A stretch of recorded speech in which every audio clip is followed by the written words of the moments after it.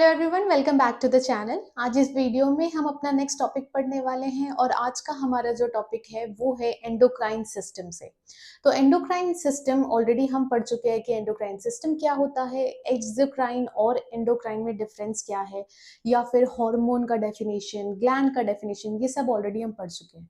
उसके अलावा एंडोक्राइन जो ग्लैंड्स होते हैं उनके फंक्शंस क्या होते हैं, या फिर कौन कौन से ग्लैंड्स ऐसे हैं जो एंडोक्राइन सिस्टम में आते हैं, ये सब प्रीवियस वीडियोस में हम पढ़ चुके हैं। आप डिस्क्रिप्शन में लिंक देख सकते हो सो दैट आपको ये क्लास अच्छे से समझ में आए। ओके, तो आज सबसे पहले हम देखते हैं हमारा first gland which is hypothalamus. ठीक है, तो हाइपोथैलेमस का सबसे पहले हम एनाटॉमी देखेंगे, फिर उसके बाद हम उसके फिजियोलॉजी एज इन फंक्शंस पढ़ेंगे। ओके, तो हाइपोथैलेमस वैसे ना ये न्यूरो का पार्ट है। ठीक है, जब हम न्यूरोलॉजी पढ़ेंगे तो डिटेल में हम हाइपोथैलेमस के बारे में भी पढ़ेंगे, थैलेमस के बारे में भी पढ़ेंगे। ठीक है, तो ये सब वहां पढ़ना ऑलरेडी होता है, पर मैं यहाँ भी आपको एनाटॉमी डिटेल में पढ़ा रही हूँ सो दैट आपको कंफ्यूजन ना हो। ठीक है, ओके, तो हाइपोथैलेमस सबसे पहले अगर देखा जाए, सबसे फर्स्ट पॉइंट लिखा है, it is located inferior and anterior to thalamus. ठीक है, तो यहाँ पे मैंने एक डायग्राम बनाया भी हुआ है और इसके साथ साथ आपके स्क्रीन पे भी अभी डायग्राम आ रहा होगा सो दैट आप अच्छे से समझ पाओ।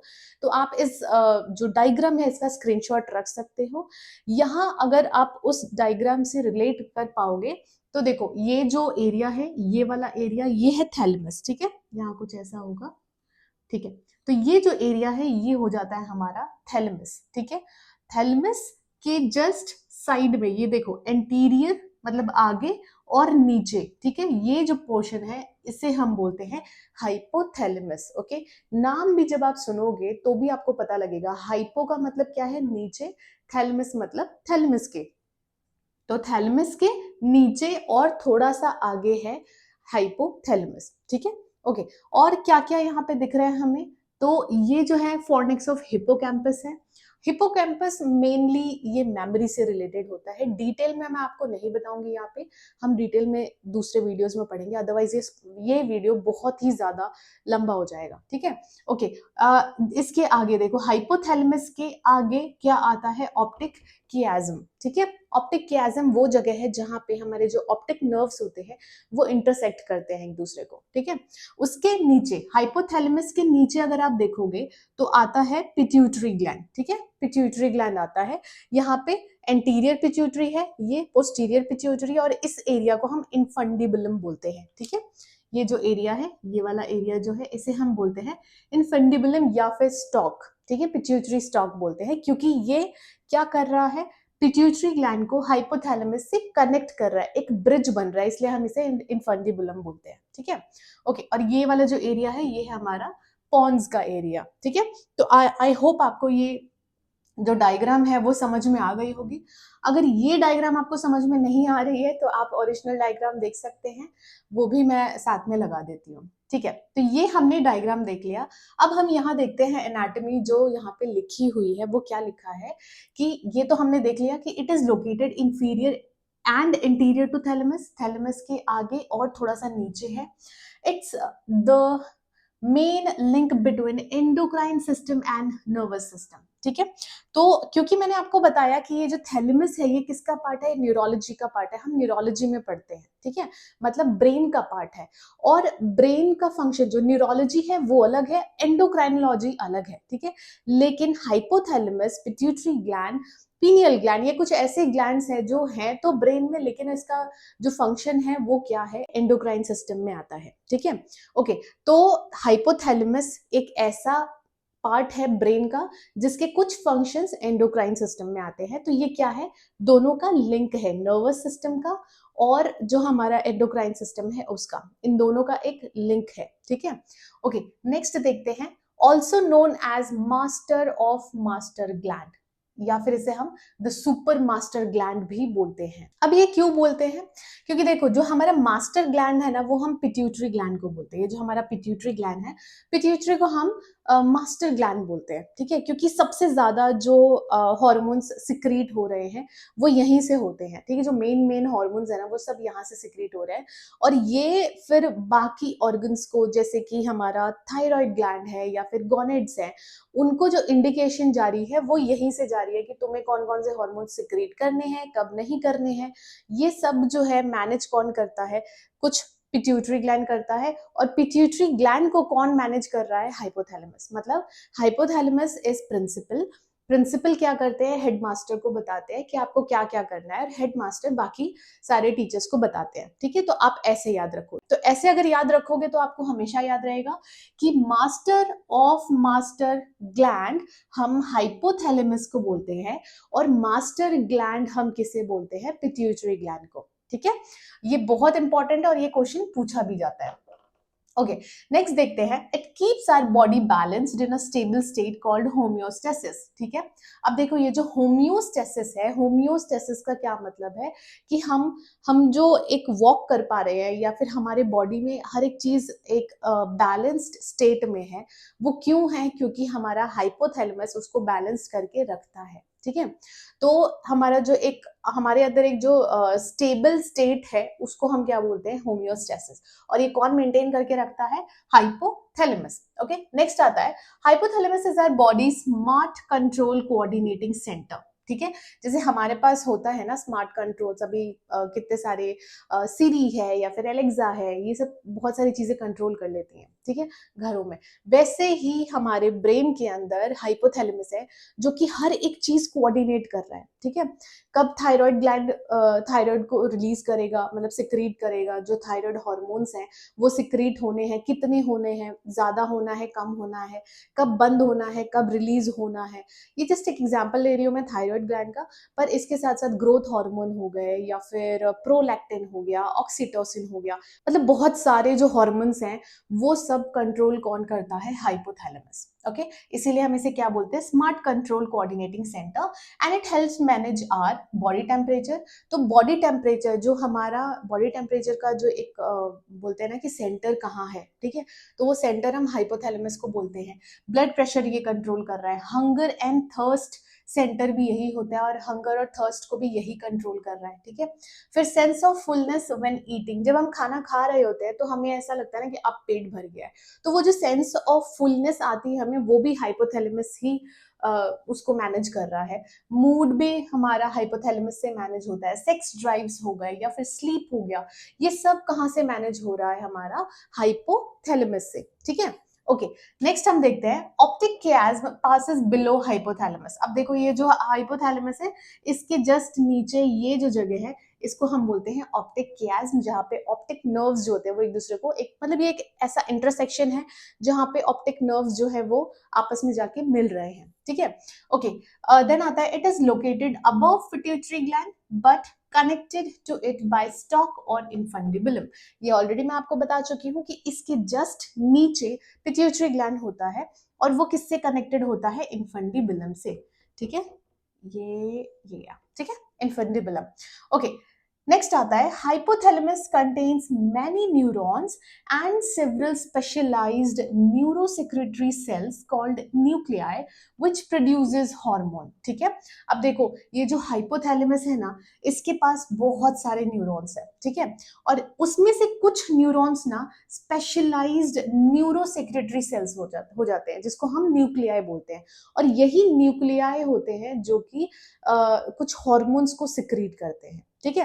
ओके, अब ये कौन कौन से हार्मोन सिक्रीट करता है वो तो हम पढ़ेंगे, लेकिन उससे पहले हम बात कर लेते हैं ब्लड सप्लाई की, कि इसमें ये हाइपोथैलेमस जो है यहाँ पे कौन सा ब्लड सप्लाई, मतलब कौन सा ब्लड वेसल जा रहा है। तो supplied mainly by branches, sorry it is branches of the internal carotid artery, ठीक है। तो हमारी जो इंटरनल कैरोटिड आर्टरी होती है, यहाँ से कैरोटिड आर्टरी जा रही है, तो जो इंटरनल कैरोटिड आर्टरी होती है वो जाके इस एरिया में ब्लड सप्लाई करती है, ठीक है। ओके, नेक्स्ट आ जाते हैं हम फिजियोलॉजी ऑफ हाइपोथैलेमस। तो अब हम देखते हैं कि इसका स्पेसिफिकली हाइपोथैलेमस का फंक्शन क्या है। ठीक है। तो इसके ना दो टाइप के फंक्शंस हो गए, ओके। एक तो हम अगर नर्वस सिस्टम से रिलेटेड बात करें वो वाला फंक्शन हो गया, दूसरा एंडोक्राइन वाला, ठीक है। तो एंडोक्राइन वाला जो फंक्शन है वो क्या है, जैसे हॉर्मोन्स जो रिलीज करते हैं वो, ठीक है, या फिर पिट्यूटरी ग्लैंड को इंडिकेट कर रहा है, जो भी है, ठीक है।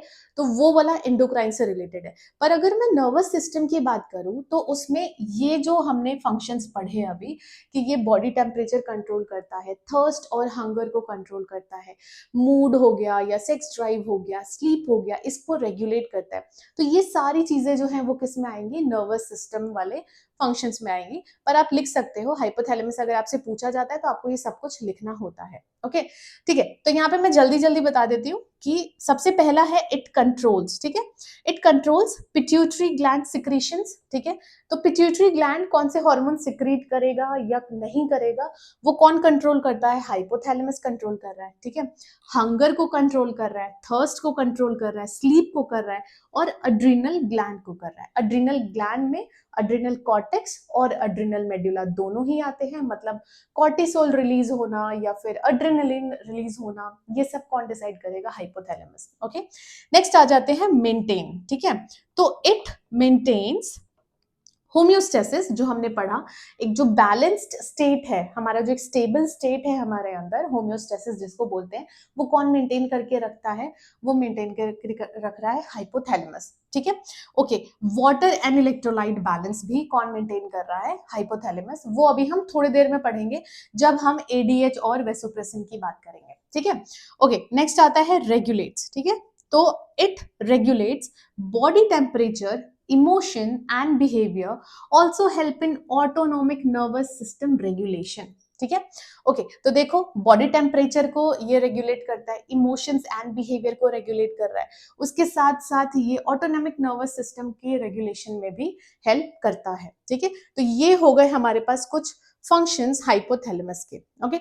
नेक्स्ट हम बात करते हैं सबसे इंपॉर्टेंट एंडोक्राइन सिस्टम में। अगर आपसे कोई भी पूछेगा तो ये सारी चीजें तो आप इन शॉर्ट लिख सकते हो, लेकिन इसको आप इन शॉर्ट नहीं लिख सकते, इसको आपको अच्छे से एक्सप्लेन करना पड़ता है, ठीक है, ओके। तो देखो क्या होता है, हमारे पास जो हाइपोथैलेमस है ना, वो कुछ हॉर्मोन्स रिलीज करता है, सिक्रीट करता है बेसिकली। तो हमारे पास कुछ 4 या 5, कुछ बुक में 4 है, मैं यहाँ लिख देती हूँ, 4/5 रिलीजिंग हार्मोन है, ठीक है, रिलीजिंग हार्मोन, और वैसे ही 3 इनहिबिटिंग हार्मोन है,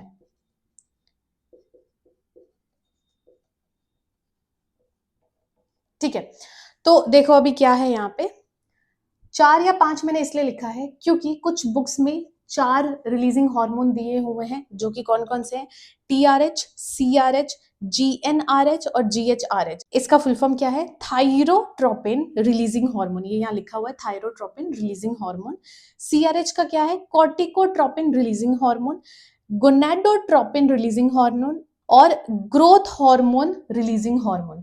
तो ये हो गए हमारे पास 4 रिलीजिंग हार्मोन, जो कि कौन रिलीज करता है, हाइपोथैलेमस, ठीक है। अब मैंने यहाँ पे एक और चीज लिखी है, यहाँ पे 5 क्यों लिखा है, क्योंकि कुछ कुछ बुक्स में पीआरएच भी है। What is PRH, prolactin releasing hormone, ठीक है।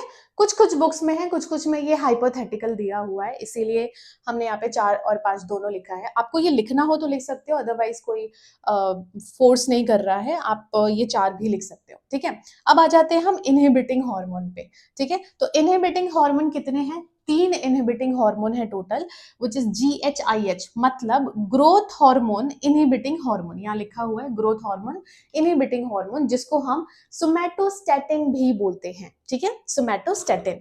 अब दूसरा क्या है, MIH क्या है, मेलानोसाइट इनहिबिटिंग हार्मोन, जिसको हम मेलानोस्टैटिन भी बोलते हैं। और ये मेलानोसाइट जो है वो मेलानिन रिलीज करते हैं। मेलानिन हमारे स्किन को पिगमेंटेशन देता है, पर अगर मेलानिन इनहिबिट हो रहा है, मतलब मेलानोसाइट इनहिबिट हो रहा है, तो मेलेनिन जो है वो सिक्रीट नहीं होगा और जो स्किन है हमारी वो लाइटर बनेगी। आप ये फ्लो चार्ट में बहुत अच्छे से देख सकते हैं। उसके अलावा आता है PIH, ठीक है। PIH क्या है? प्रोलैक्टिन इनहिबिटिंग हार्मोन, या फिर हम डोपामिन भी बोल सकते हैं। ये क्या करता है, जो प्रोलैक्टिन का रिलीज हो रहा है उसको बंद कर देता है और मिल्क सिक्रीशन जो है वो बंद हो जाएगा, ठीक है। तो डोपामिन या फिर PIH, ओके। अब एक और चीज बताती हूँ मैं, नोट कर लेना। ये जो MIH है ना, बहुत सारे लोग कंफ्यूज्ड हो जाते हैं कि ये जो MIH है ये म्यूलेरियन इनहिबिटिंग हार्मोन है, ठीक है। लेकिन म्यूलेरियन म्यूलेरियन मैं यहाँ लिख देती हूँ, इनहिबिटिंग हार्मोन, ठीक है। हाँ, तो ये नहीं है, इससे कंफ्यूज नहीं होना है। जो म्यूलेरियन इनहिबिटिंग हार्मोन है वो हमारे रिप्रोडक्टिव ऑर्गन से ही सिक्रीट होता है, वो ब्रेन से सिक्रीट नहीं होता है, ठीक है। तो MIH जब हम बोलते हैं तो MIH, हम ये MIH की बात कर रहे हैं, मतलब मिलानोसाइट की बात कर रहे हैं, ठीक है। म्यूलेरियन की बात नहीं कर रहे हैं। आई होप आप ये ध्यान से देख लोगे, ओके। अब देखो, आपसे कोई भी पूछे कि हाइपोथैलेमस कितने हॉर्मोन्स रिलीज करता है, तो आप सीधा यही बोलना कि 4 या फिर 5, आप अगर बोल सकते हो तो 4 रिलीजिंग हार्मोन है और 3 इनहिबिटिंग हार्मोन है, ओके। उसके अलावा ये ऑक्सीटोसिन और ADH विच इज वेसोप्रेसिन, इसको बनाता है, प्रोड्यूस करता है, ठीक है। तो मैं यहां लिख देती हूँ प्रोडक्शन,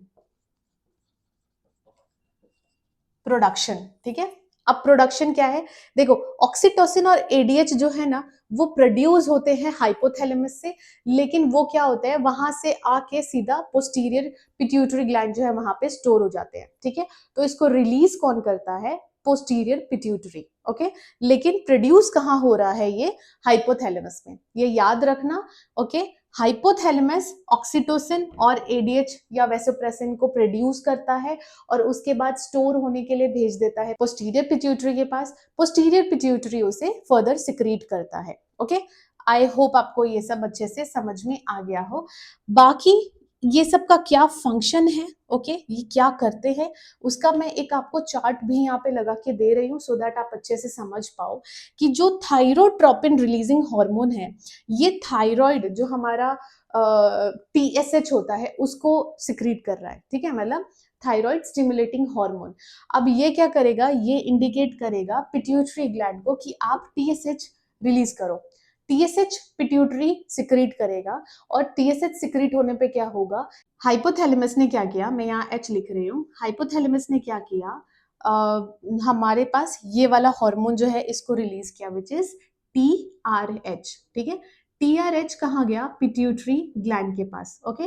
पिट्यूटरी ग्लैंड से क्या रिलीज हुआ? TSH, मतलब thyroid stimulating hormone. Thyroid stimulating hormone ने किसको इंडिकेशन दिया? थायराइड ग्लैंड को। और थायराइड ग्लैंड ने क्या सिक्रीट किया? T3 और T4, ठीक है। तो ये ऐसे काम करता है, ओके। हाइपोथैलेमस ने रिलीजिंग हार्मोन या इनहिबिटिंग हार्मोन रिलीज किया, ठीक है। वो इंडिकेट करता है पिट्यूटरी ग्लैंड को, पिट्यूटरी फर्दर इससे रिलेटेड जो भी हार्मोन्स होते हैं वो रिलीज करता है, और फिर जो ग्लैंड्स होते हैं, रिस्पेक्टिव ग्लैंड्स, जैसे कि कॉर्टिकोस्टेरॉइड है, तो कॉर्टिकोस्टेरॉइड जो होता है वो क्या करता है? अड्रीनोकॉर्टिकोट्रोपिन जो हार्मोन्स है वो रिलीज करता है, वो जाते हैं अड्रिनल ग्लैंड में, वहां से फिर रिस्पेक्टिव जो हमारे हार्मोन्स होते हैं वो सिक्रीट होते हैं। तो इससे रिलेटेड एक चार्ट यहाँ पे दिया हुआ है, आप इसका स्क्रीनशॉट ले सकते हो, सो दैट आपके लिए बहुत ही ईजी हो जाए कि कौन सा हार्मोन कौन से सिक्रीशंस कर रहा है और कौन सा ग्लैंड रिस्पॉन्सिबल होता है, ठीक है। तो आई होप आपको ये सब कुछ अच्छे से समझ में आ गया हो। अलग से एक क्लास में हम इन हार्मोन्स के बारे में पढ़ लेंगे, मैं ऐसा फ्लो चार्ट आपको बता दूंगी, सो दैट आपके लिए बहुत ही कन्वीनियंट हो जाए पढ़ना और आप कुछ भी भूलो नहीं, ठीक है। तो आई होप आपको हाइपोथैलेमस पूरा समझ में आ गया हो। आज के लिए इतना ही। नेक्स्ट क्लास में हम बात करेंगे पिट्यूटरी ग्लैंड की, कि इसके कितने टाइप्स होते हैं, कौन कौन से हार्मोन्स रिलीज करते हैं। आज की क्लास अगर आपको ये अच्छी लगी हो तो इस वीडियो को लाइक करें, शेयर करें, और कोई भी डाउट या फिर रिकमेंडेशन है तो आप मुझे कमेंट सेक्शन में बता सकते हैं। Thank you so much for watching.